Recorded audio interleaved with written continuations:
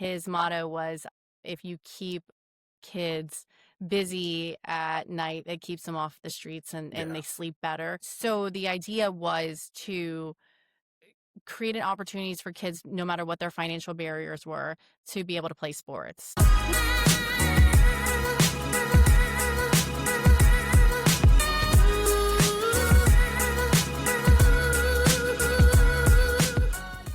Welcome to another episode of Grab Coffee with me, where great conversations and better coffee meet purpose and leadership. Today's episode is caffeinated by Dowden Golf Solutions, transforming corporate events one golf experience at a time. I'm your host, Ian Peterson, and today we have a former NCAA Division I softball player, a two-time All-Big East honoree, a USF Softball Hall of Fame inductee, and now the Director of Administration for Clearwater for Youth Pinellas, Kit Lenz. Kit, welcome to the podcast. How are you? Thanks. Good. How are you? I am well. Thanks for your time this morning. And we're filming this right before Thanksgiving, so I know you're extremely busy with your family and with your Clearwater for Youth family. So thank you. Yeah, of course. No, this will be fun. So let's dig in. And as a D1 athlete, of course, many of us admire you. Your sport becomes like a major part of your identity as you grow up. When did you realize, or when did you first realize you needed to build a secondary identity outside of softball? Well, it's so funny now when you talk about it because, there's been so much opportunities now for kids that can kind of continue, especially in a sport like softball. When I was playing, a lot of those opportunities weren't happening. Softball was struggling to stay in the Olympics. They weren't getting all the votes from the Olympic Committee. And so it's really kind of changed so much where there's now these deals with Athlete Unlimited and everything. So for someone who, you start playing sports at a young age and then all of a sudden you get to your senior year and you're at the Yeah, conference tournament and it all of a sudden it just ends and that's it. yeah, And your routine changes. And so you have to decide what that's going to kind of look like. What's that next day going to wake up and kind of feel, hmm do I still get up at 5:30 and go work out? And, because they're not telling me I got to go do it. And, but trying to keep, the things that you learned from playing sports and how you adapt into the real world.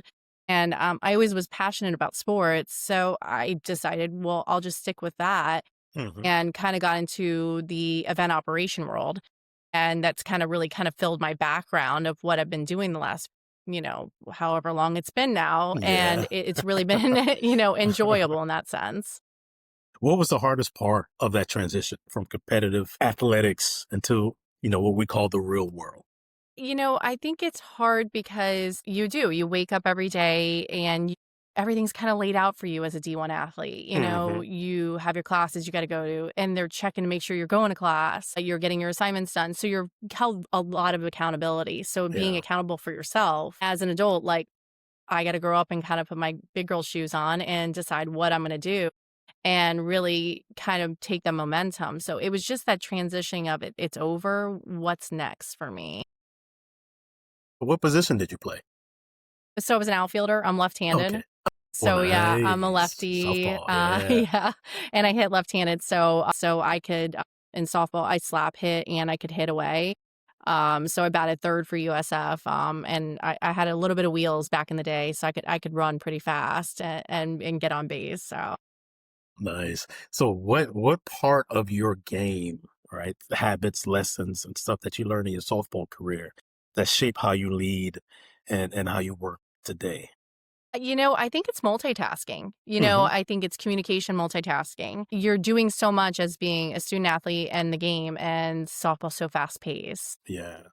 You gotta you're playing a team sport, but you're individual. So you gotta do your part. So you gotta think about how that's gonna affect the whole group and everything hmm you have to do. So it's really about that kind of multitasking and being able to adapt in situations. I think that sports really helped you learn to how to adapt. Yeah. Yeah. Take us through the day. I know it's different now, but take us through a day of a Division I athlete, a softball player. Like, what was it like for you every day? It was fun. I mean, Mhm. I was really fortunate to play at USF, so, Yeah. it wasn't cold, but, you would, get up just normal day. Typically, depending on what day of the week it was, you had weights, depending on how many classes you had that day and what you needed to go to, physical therapy treatments, dealt with, on and off injuries throughout my career, but treatments, study hall, Yeah. but so everything was really kinda laid out for you, and then Mhm. I was one of those ones that always wanted to be in the cages hitting. Yeah. So Yeah. anytime there were free time and I was having downtime, I was pretty much in the cages hitting with one of my best friends. Her and I would just go and just kinda play around with ideas of different things that we could do with our game because she batted second and I batted third, so we would constantly just kind of play off of each other. So it was really, our time together that we would try to figure things out. And I think that's what made us so successful as kind of a duo together because we were constantly working on like how can we be better? What can we be doing better? Yeah. I wasn't allowed to watch film. My coach always said that he didn't need me to get in my head. He just needed me to play and just be me. Okay. So I like that. I like that. Hey, that is a first. Don't watch film. Just be yourself. I like yeah, that. I know. When I would show up to go watch film, he's like, "You're batting 400. You need to leave. Yeah. Yeah. Like, Yeah. Yeah. you Nice. don't need to be up here critiquing yourself. You need Yeah. to go Yeah. play." Yeah. Not too many people can say they batted 400. So whatever you were doing, it was working. Now, how would you compare that? Like, what is your day like now? I know you're super busy. I've been at some of your events. Very impressive. Always a great time. But you are the director of administration, and that covers a lot. So Mhm. what is your days like now? So my days now are, we have a lot going on, a lot with our marketing. We're really trying to put out that CFY brand out there in the Yeah. community because we're doing so much. Right now, we have our scholarships are open. So we're giving away 50 high school college scholarships with 5,000, 10,000 SBC scholarships and vocational trades.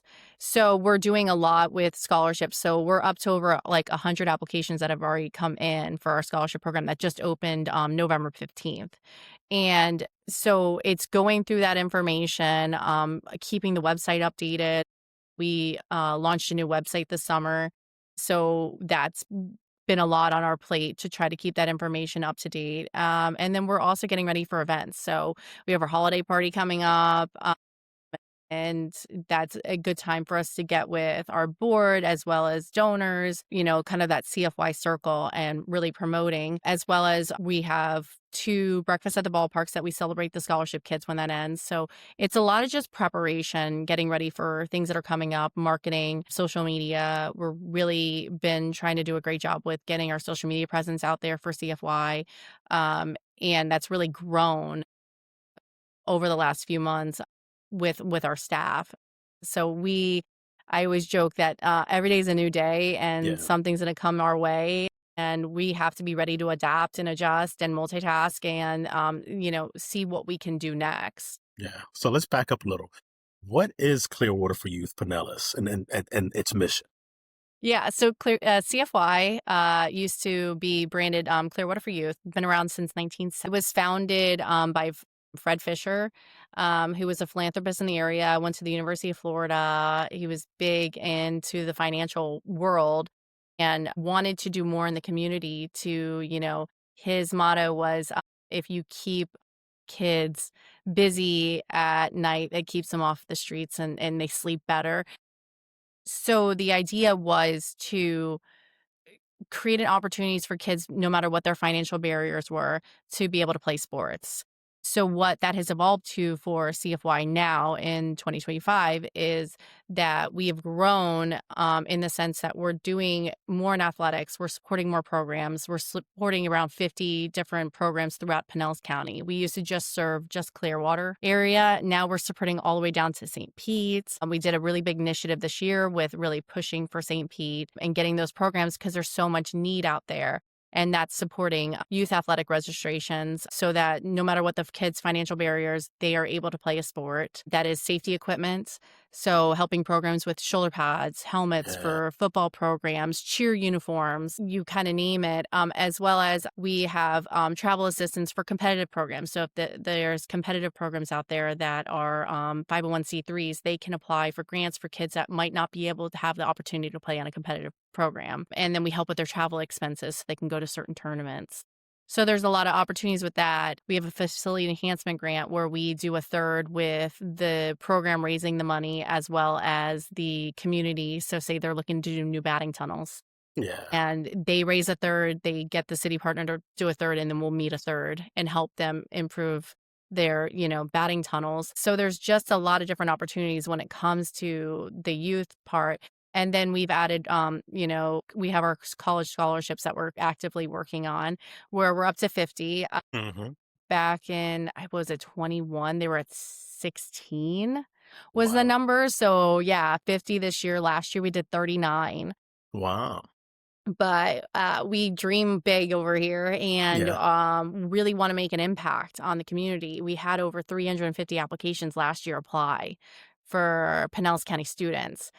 So there's just a lot of need out there to really support the community. And then we also have a water safety program that we added in 22 where we go into elementary school programs that are Title I schools and we help bus kids from their PE hour to a local community pool to get water safety lessons. So these aren't swim lessons, these are water safety lessons to Hmm. really help the kindergarten through second grade. Those are the kids that are the most prone for drowning in the area. And with us living around all this water, Yeah. and hearing about the drowning in the areas, it's become really kind of a big impact. And we named it after Fred Fisher, who unfortunately passed away in 23. He was a big advocate for water safety in the area and had it impact his family. And so we really want to make sure that that stays forefront as well too. So those are kind of our three core areas of what we serve. Right. So I know you have some very touching stories as far as the impact, but what's that one moment or story that showed you firsthand how meaningful this work and this organization is? Yeah, there's so many, as we're going through scholarships right now, scholarships are really big on what we're doing. And so last year, we're doing our scholarships, and actually one of the girls who ended up getting a scholarships, and everything is voted by a committee. The committee doesn't know the kids' names, so they're just reading essays and the kids' applications, and then they're letting us know. And we're going through a voting process of the kids of who's got the most votes and points, and then they get assigned based off of their criteria is what scholarship they're going to get. One of the kids who got one of the Philly scholarships this past year, it's in honor of David Montgomery. She was a softball player from Clearwater High, and I actually worked at a sports bar with her mom when I was in college. So her mom actually hired me to come waitress when I was in, summer job trying to work between, it wasn't in season yet. And so Hmm. I wanted time to go work somewhere. She hired me, never had any type of experience to waitress before. And I remember she was pregnant with her daughter. And they would have watch parties at the restaurant when some of our games would be broadcasted, which wasn't very big back then. This Yeah. is when Bright Oh, House yeah. Sport Networks was still around and CBS Sport Network. And so they would have watch parties, and she would tell her daughter about me. Hmm. And after the fact, and we haven't seen each other since I worked there, and her daughter got one of the scholarships. So it was just kind of one of those moments that was like a full circle Full moment where, circle. yeah, that she, it impacted kind of me personally. And then we just did a drop in at one of our football programs with Coach John Gruden, Hmm. and we don't tell the program that we were coming out with coach. We just showed up with him, and all of a sudden you see the coaches and the kids like, "Is that who we think it is?" Yeah. And he comes down and starts talking to the kids, and he's got such a great personality that it was so fun. And, you left there and you're like, "I'm amped up. Like, I hope these kids are just as amped up as me." But, coach has had a relationship with us for years. We brought him out to programs before, and it just is really unique to see that he understands that mission of what youth sports really means to the community. And, really, no matter what you're playing, if it's football and cheer, if it's baseball, if it's golf, there's something for everybody, but just giving the kids the opportunity to play those sports. And that's what it's all about. It's about creating that opportunity. There will be people listening to this podcast wondering how can their organization get involved with Clearwater for Youth or CFY. How do they do that? They can just reach out to us. We have a great team over here at CFY. They can message us through social media. They can message us through our website. Check out our amazing website that we just redid, that we're Nice constantly plug. working Nice on. plug. Love it. Yes, it's Yeah. great.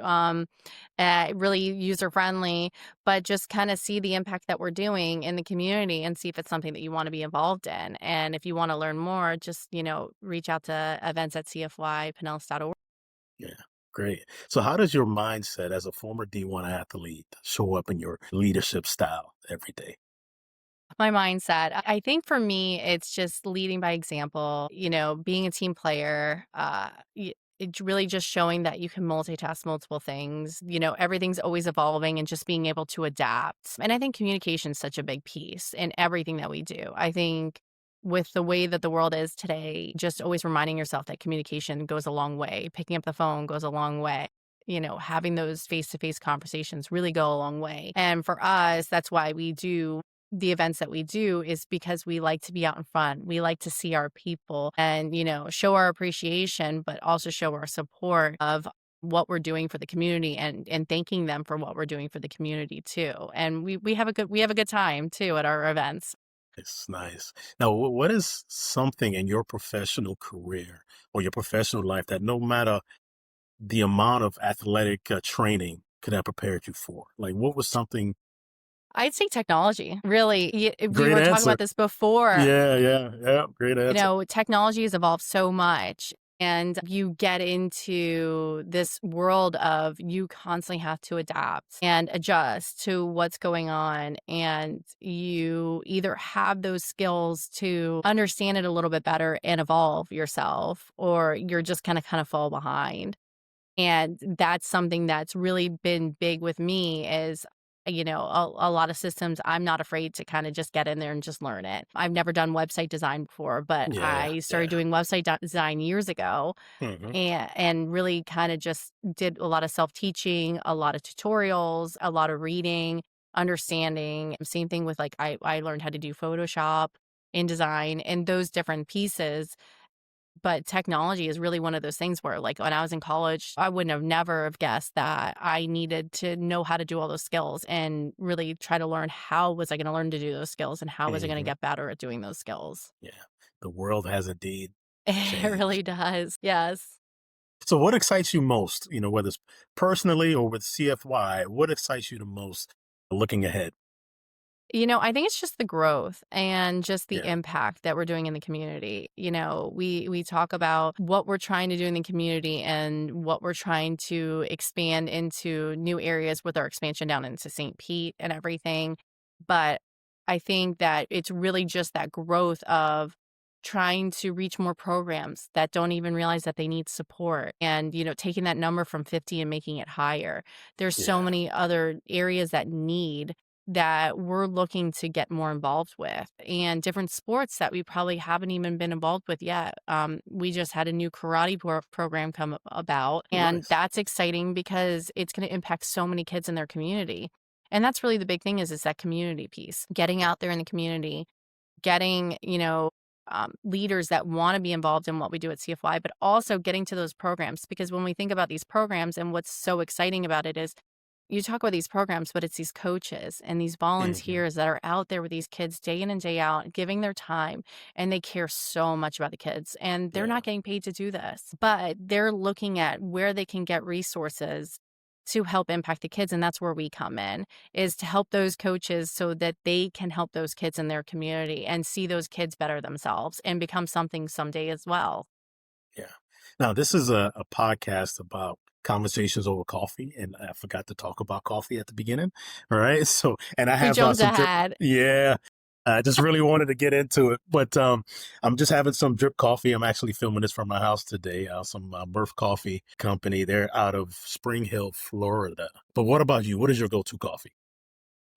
So my go-to, I'm kind of I love Christmas time, so this is like my time of year for coffee. So I'm a peppermint mocha kind of person. Oh, okay. All right. Yeah, so Nice. I really gives me like that Christmas feel, and it just Hmm. makes everything just kind of gives you like a warm hug. Yeah. Yeah. Good choice. Good choice. Do you have a favorite coffee memory? Is it around the holidays? You know what? It's so with my career and what I've done, and I used Hmm. to travel a lot. So I worked for Ironman, and we Yeah. used to have to travel for events. I worked for Visit St. Clearwater for the Sports Commission, and so I would have to go to different trade shows or meet with different event people throughout the country. So I always love going to different coffee shops and Yeah. trying different coffee places instead of the same kind of coffees places that you can get anywhere. I always wanted to see what else is out there. And I ended up Hmm. when I was up like kind of like in the Midwest, Pete's Coffee. It's kind of like the Chicago Yeah. area. I Yeah. really like Yeah. their coffee. I don't know why. I like their vibe, everything. So that was Hmm. one. And then my husband and I lived in Milwaukee for a little bit. So they have Okay. a couple really cool coffee places up there like Collectivo and stuff. So Cool. Cool. Cool. Cool. yeah. So if you can talk to your 12-year-old self now, right? The young kid falling in love with sports, falling in love with softball, what would you tell her? It's such a funny question because, you sit there and you think about that kid that, you're what are you dreaming about? Like, what do you wanna do? Hmm. I would tell that kid still play as many sports as you can. You don't have to decide to just pick one at such a young age. I think we really kids try to get pushed into playing competitive sports, especially at a younger age, to just focus on one sport. I think it makes you very versatile to play different sports. I didn't go down to one sport until I was about 14. I was a basketball player, I was a swimmer.